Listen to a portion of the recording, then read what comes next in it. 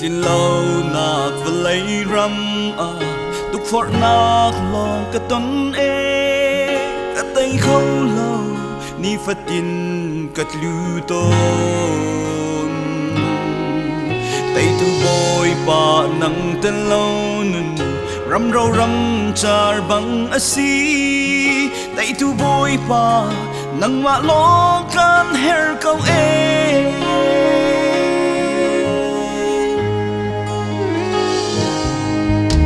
Tlin Lonak Vawlei ram nên đủ tim na có colin cam mu khâu lâu nên bay dong in ka vai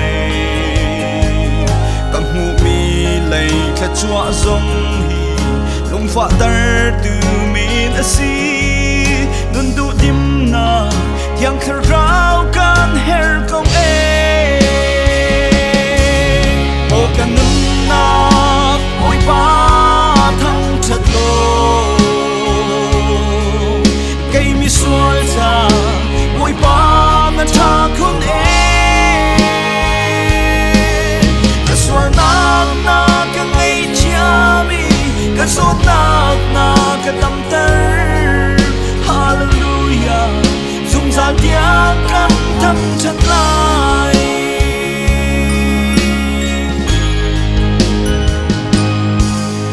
tua mi thiền dây dòng kịp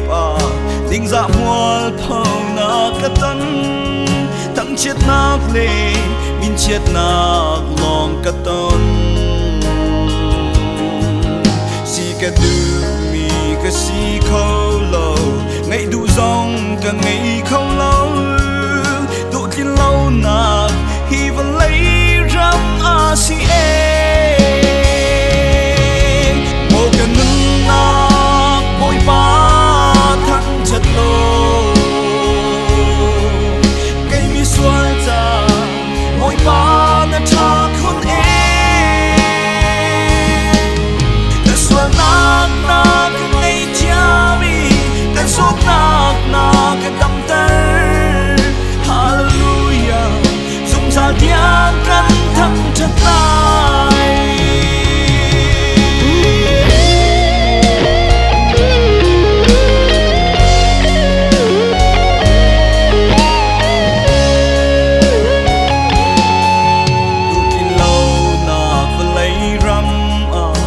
Phá her sat na ka tam